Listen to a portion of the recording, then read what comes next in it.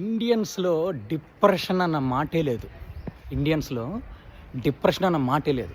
గత 20 ఏళ్లుగా డిప్రెషన్ ఏంటి అర్థం కాదు. అంత వీక్ హార్టెడా, వీక్ మైండెడా మీరు? 20 ఏళ్ల క్రితం ఎవరికైనా మీ తల్లిదండ్రులు కానీ, మీ నాన్నకి కానీ డిప్రెషన్ అన్న మాటే తెలుసా? ఎందుకంటే మనం mentally very strong persons. Indians, భారతీయులు మానసికంగా అత్యంత దృఢమైన వారు. అందు గురించి మనకు డిప్రెషన్ అన్న మాటే తెలియదు. ఎటువంటి సిచ్యువేషన్ అయినా కూడా హ్యాండిల్ చేయగలిగిన వాళ్ళు భారతీయులు. ఎటువంటి మెంటల్ కండిషన్లో అయినా కూడా స్ట్రాంగ్గా నిలబడిన వాళ్ళు భారతీయులు. డిప్రెషన్ అన్న మాటే తెలియదు మనకు. అటువంటిది 20 ఏళ్లలో డిప్రెషన్, చదువు డిప్రెషన్, ఉద్యోగం డిప్రెషన్, లవ్ డిప్రెషన్, ఇంకో డిప్రెషన్, XYZ ప్రతి దానికి డిప్రెషన్. ఏం పెంచుతున్నారమ్మా మీ పిల్లల్ని? డిప్రెషన్ అన్న మాటే తెలియదు.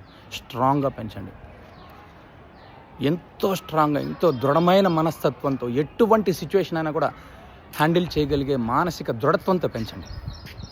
పిల్లల్ని పెంచాల్సింది లగ్జరీ, వాళ్ళకి అడిగింది కొనిచ్చి, కంఫర్ట్ జోన్స్, ఇంటర్నేషనల్ స్కూల్స్, వీటన్నిటికన్నా ఇంపార్టెంట్ ఎటువంటి సిచ్యువేషన్ అయినా కూడా తట్టుకొని ముందుకు రాగలిగే దృఢమైన వ్యక్తిత్వం, దృఢమైన మనస్తత్వం. పేరెంట్స్ ఆలోచించండి. అంత దృఢమైన వ్యక్తిత్వం, మనస్తత్వం ఉన్నవాడు ఒక 2 కోట్లు పోయినా కూడా 100 కోట్లు సంపాదించుకుంటాడు. మానసిక దృఢత్వంతో నేనేదైనా సాధించగలను ఒక కసి వస్తుంది.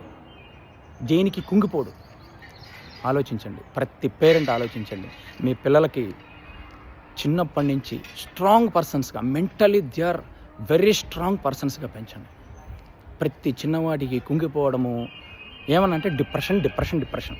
గుర్తుంచుకోండి, మన ఇండియన్స్కి డిప్రెషన్ అన్న మాటకి మీనింగే తెలియదు. Mentally we are very strong persons. ఆలోచించండి. మీ పిల్లల్ని నూరి పోసి స్ట్రాంగ్గా పెంచండి.